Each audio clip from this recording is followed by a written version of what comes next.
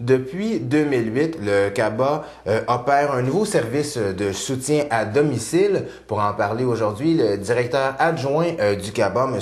Pierrot Lapierre. Ben, bonjour, M. Lapierre. Bonjour, Monsieur Lemay. Monsieur Lapierre, quel est le service exactement de ce nouveau mandat du CABA, là?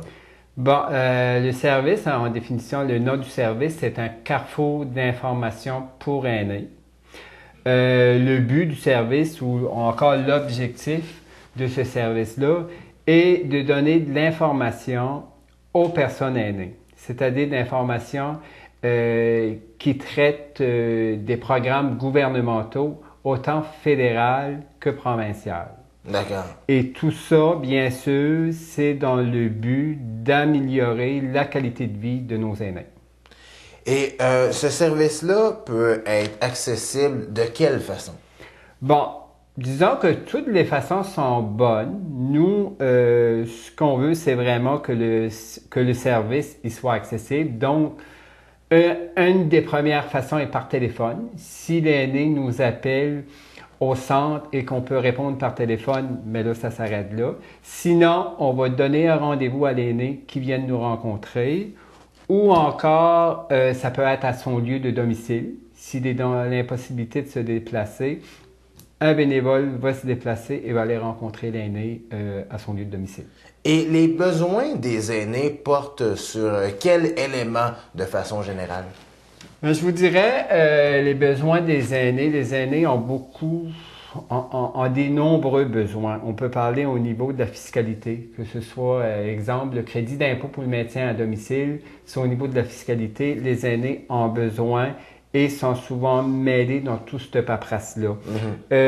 Qu'on parle des services de santé, au niveau des services sociaux, qu'est-ce qui est à leur disposition, tout ce qui existe au niveau de l'hébergement, au niveau du soutien à domicile. Donc, toutes les questions, souvent qu'on trouve les réponses soit sur les sites, soit dans les ministères.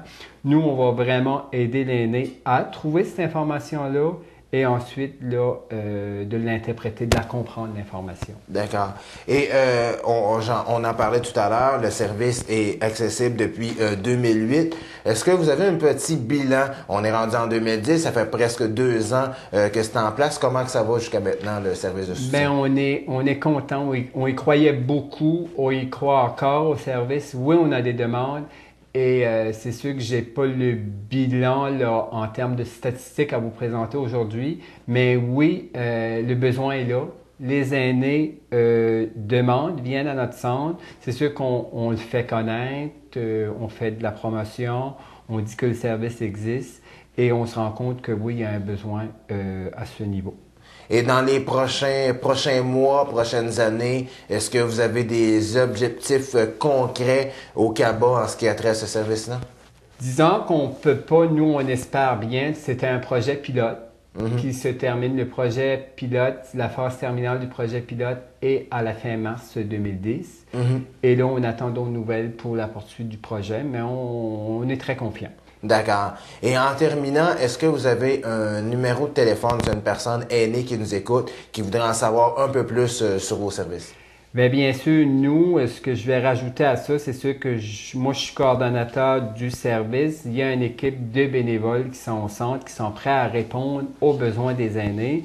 Et le numéro de téléphone pour nous rejoindre est le 450-836-7122 ou encore à notre bureau à la Valtrie 2 jours semaine qui est le 450-586-2116.